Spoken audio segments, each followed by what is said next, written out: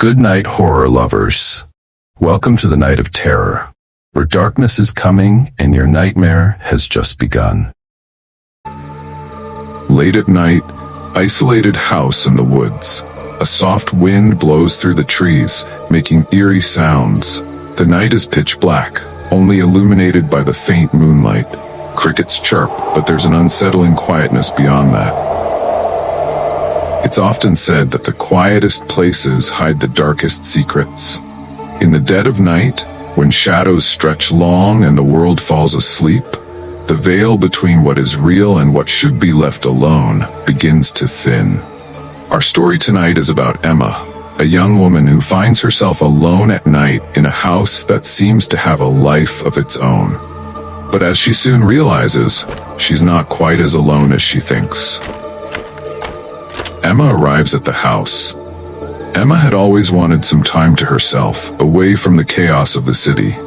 She found a small cabin deep in the woods, perfect for a weekend of solitude. Or so she thought, talking to herself, "This is going to be amazing. No distractions, no noise, just peace and quiet."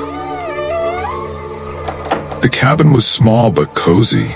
Wooden beams lined the ceiling, and the only light came from the single lamp she turned on near the fireplace. Emma settled in, unpacking her things and enjoying the stillness. "This is exactly what I needed," Emma said. But as the hours crept by and night fell, the once comforting silence began to feel heavy. The kind of silence that makes you feel watched. "It's just the wind. Old houses creak all the time," Emma said. She told herself it was just her mind playing tricks on her. But the strange feeling didn't go away. In fact, it got worse. Emma decided to distract herself, lighting a fire in the hearth and curling up with a book. But as she read, she kept hearing it. Emma, whispering. "What was that?"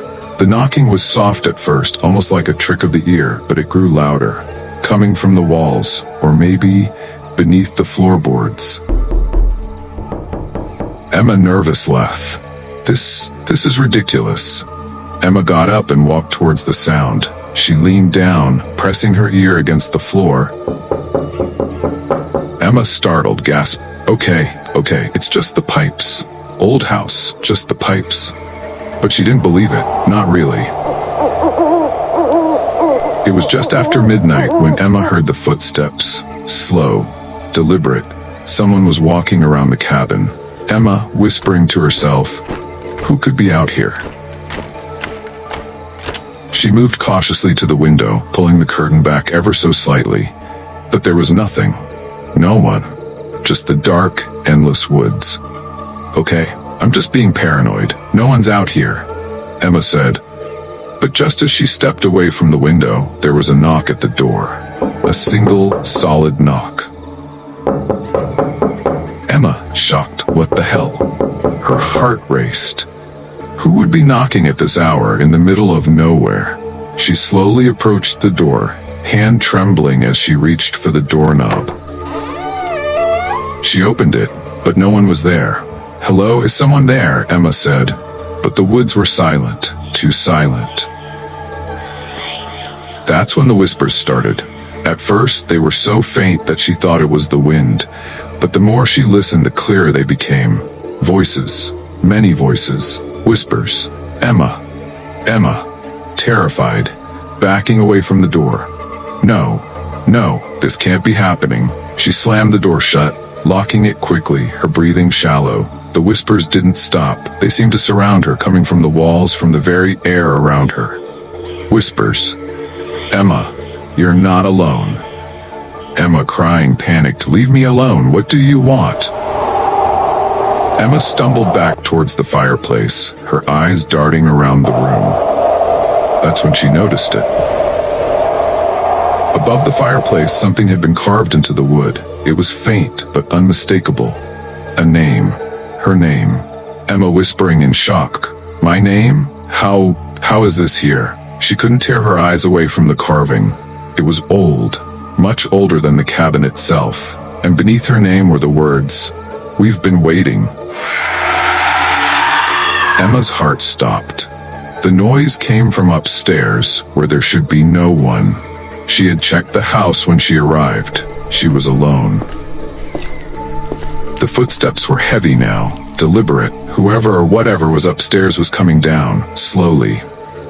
Emma backed away, her eyes locked on the staircase. Please, please, whoever you are, just go away. Emma's voice was full of fear. But the footsteps didn't stop.